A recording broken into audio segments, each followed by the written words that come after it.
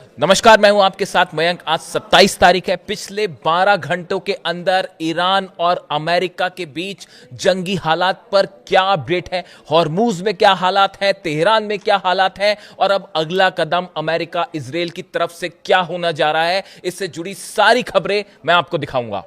देखिए, जो खबरें हॉर्मूज से आ रही हैं उसके मुताबिक हॉर्मूज में रुक रुक कर लगातार फायरिंग हो रही है, गोला बारूद दागे जा रहे हैं। और जो खबरें हैं उसके मुताबिक ईरान की सेना ने हॉर्मूज में अमेरिकी सेना को पीछे धकेल दिया है, पीछे हटने पर मजबूर कर दिया है। जिस तरह से कल ईरान पर हमले हुए और मिसाइल्स दागी गई अलग अलग ईरान के जो पोर्ट्स हैं उनके ऊपर, जो द्वीप है उनके ऊपर हमले किए गए, तेहरान के आसपास धमाके सुनाई दिए, उसके बाद ईरान की सेना का जबरदस्त गुस्सा देखने को मिला और ईरान की सेना ने हॉर्मूज में करारा जवाब दिया अमेरिका को। और बताया जा रहा है कि अबू मेहदी मिसाइल्स की झड़ी लगा दी गई अमेरिका के वॉरशिप्स के ऊपर, अमेरिका के जहाजों के ऊपर, जिसके बाद अमेरिकी सेना को हॉर्मूज में पीछे हटना पड़ा। कई जहाज जो है उनको टारगेट करते हुए ईरान ने क्रूज मिसाइल्स फायर की और एंटी शिप मिसाइल्स फायर की। इसके साथ ही अमेरिका के जो ड्रोन्स थे वो मार गिराए गए और F-35 को भी निशाना बनाया गया है। देखिए, यहां पे बताया जा रहा है कि अमेरिका को जो नुकसान है उसकी खबरें अभी सामने आने में थोड़ा सा वक्त लग सकता है, क्योंकि ईरान की तरफ से और अमेरिका की तरफ से दोनों ही इस बात पर अभी खामोश है कि कितना नुकसान हुआ है। बट जो खबरें हैं उसके मुताबिक ईरान ने बेहद एग्रेसिवली जो है वो जवाब दिया अमेरिका की सेना को। ये अंदाजा शायद लगाना चाहती थी अमेरिका की सेना कि अगर ईरान पर हमले होते हैं तो किस तरह का जवाब देखने को मिलेगा, और ईरान की सेना ने बिना देर गवाए बड़ा अटैक किया। जितने जहाज हैं जहां से हमले हुए थे उन पर बड़ा जवाब दिया। लेकिन इसके साथ देखिए, एक और खबर बाहर आ रही है जो बेहद हैरान करने वाली है। ये भी बताया जा रहा है कि जो हमले कल ईरान में हुए उनमें जो मिसाइल्स फायर की गई थी उसपे एक बार फिर कुछ अरब देशों में जो अमेरिकी बेसेस हैं उनका इस्तेमाल किया गया। ये बेहद गंभीर खबर है जिसकी जानकारी ईरान के पास भी है और जो इस बात का संकेत दे रही है कि क्या एक बार फिर अरब देशों में जहां पर अमेरिका के बेस हैं उन पर निशाना साधेगा ईरान। देखिए, जो खबरें आ रही हैं उसके मुताबिक इस तरह का अंदेशा जताया जा रहा है कि जो हमले हुए कल ईरान में उसमें बहरीन के बेस का भी इस्तेमाल किया गया, उसमें यूएई के भी बेस का इस्तेमाल किया गया। इस तरह की खबरें हैं।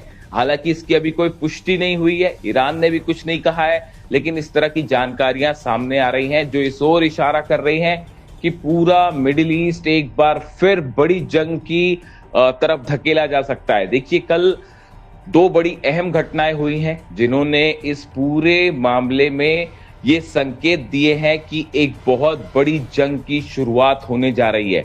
देखिए, बात करते हैं पहले रूस की।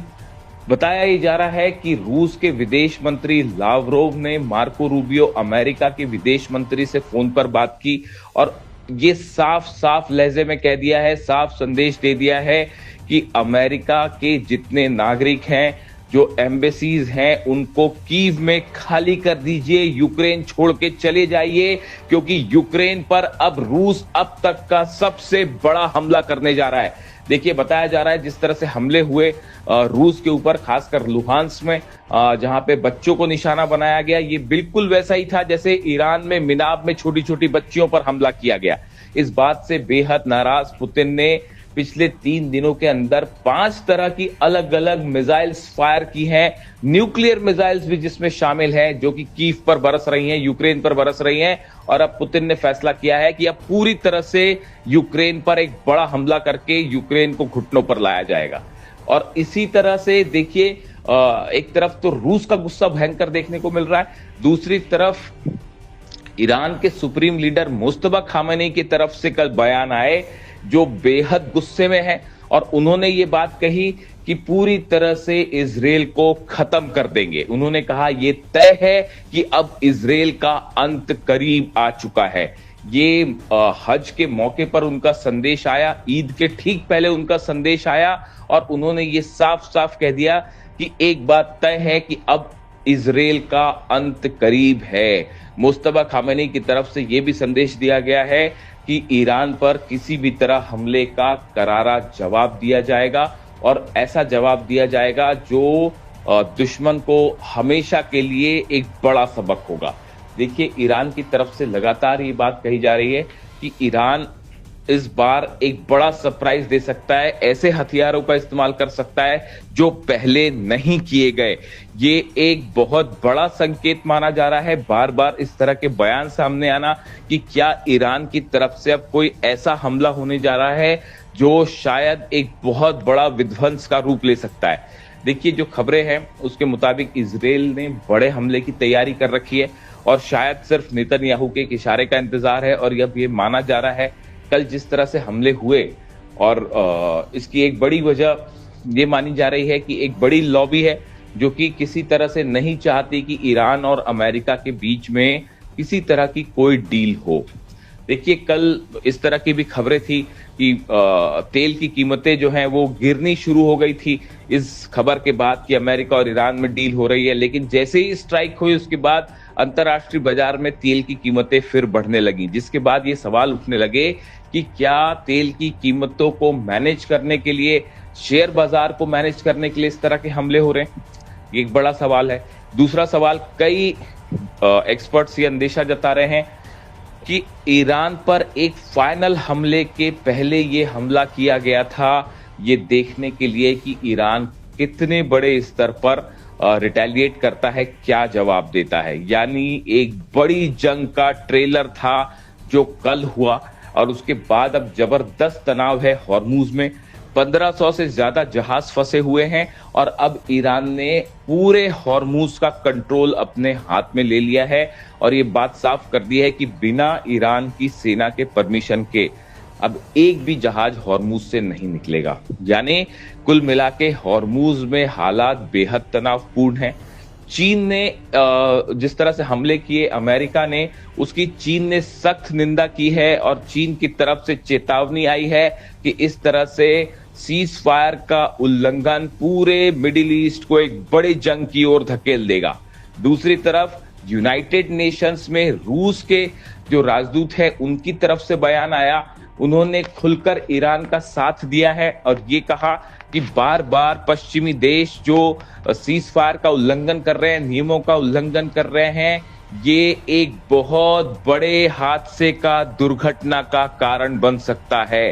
दूसरे शब्दों में रूस जो है वो सीधा सीधा चेतावनी दे रहा है अब अमेरिका को। यानी ईरान और रूस का गुस्सा, मुस्तफा खामेनेई और पुतिन का गुस्सा अमेरिका और इजराइल पर भारी पड़ सकता है और अगले चंद दिनों में यूक्रेन से लेकर हॉर्मुज तक एक बड़ी जंग देखने को मिल सकती है। और जिसमें जो है जिन मिसाइलों को लेकर अंदेशा जताया जा रहा है, क्या ईरान की आईसीबीएम देखने को मिलेगी, खुर्रमशहर 5 देखने को मिलेगी और क्या रूस की तरफ से कोई बहुत बड़ा हमला होने जा रहा है कीव पे, जो शायद इससे पहले नहीं हुआ। देखिए, ईरान के सुप्रीम लीडर मुस्तफा खामेनेई ने हज के मौके पर ईद से पहले एक बड़ा संदेश दिया है। उनकी तरफ से संदेश आया है इजराइल को लेकर। उन्होंने कहा है जिस तरह से ईरान को बार बार निशाना बनाया जा रहा है, ईरान पर हमले किए जा रहे हैं, उसका करारा बदला लिया जाएगा और इजराइल को नक्शे से मिटा दिया जाएगा, इजराइल को पूरी तरह से खत्म कर दिया जाएगा। देखिए, ये बहुत बड़ा संदेश है। मुस्तफा खामेनेई की तरफ से पहली बार इजराइल को लेकर इतना एग्रेसिव संदेश सामने आया है, देखने को मिला है।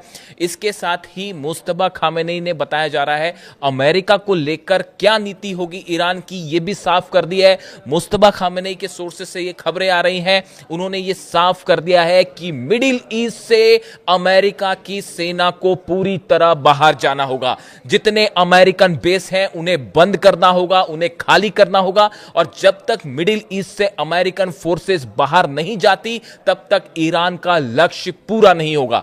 देखिए, लगातार इस तरह की खबरें थी कि डील होने वाली है, किसी तरह का समझौता होगा, यूरेनियम को लेकर क्या शर्तें सामने रखी गई, न्यूक्लियर प्रोग्राम को लेकर क्या शर्तें सामने रखी गई हैं, संप्रति जो ईरान की फ्रीज है उनको कैसे छोड़ा जाए। इन तमाम बातों के बीच अब मुस्तफा खामेनेई ने ईरान का रुख साफ कर दिया है और उनकी टॉप प्रायोरिटी बताई जा रही है कि मिडिल ईस्ट से अमेरिकन फोर्सेस को बाहर करना। तमाम जो अरेबियन कंट्रीज हैं जिसको अमेरिका एक प्रकार का अपना ठिकाना मान के चलता है, इस नीति को फेल करना है। और जो एक हेवन, इजी हेवन मान के चलता है अमेरिका, अपने बेसेस लगातार सऊदी में है, बहरीन में है, जॉर्डन में है, यूएई में है, इन सब देशों से अमेरिका के बेसेस को हटाना, ये ईरान की पॉलिसी होगी। और उन्होंने सीधा सीधा अमेरिका के साथ साथ इजराइल को भी चैलेंज कर दिया है कि इजराइल को किसी सूरत में नहीं बख्शा जाएगा।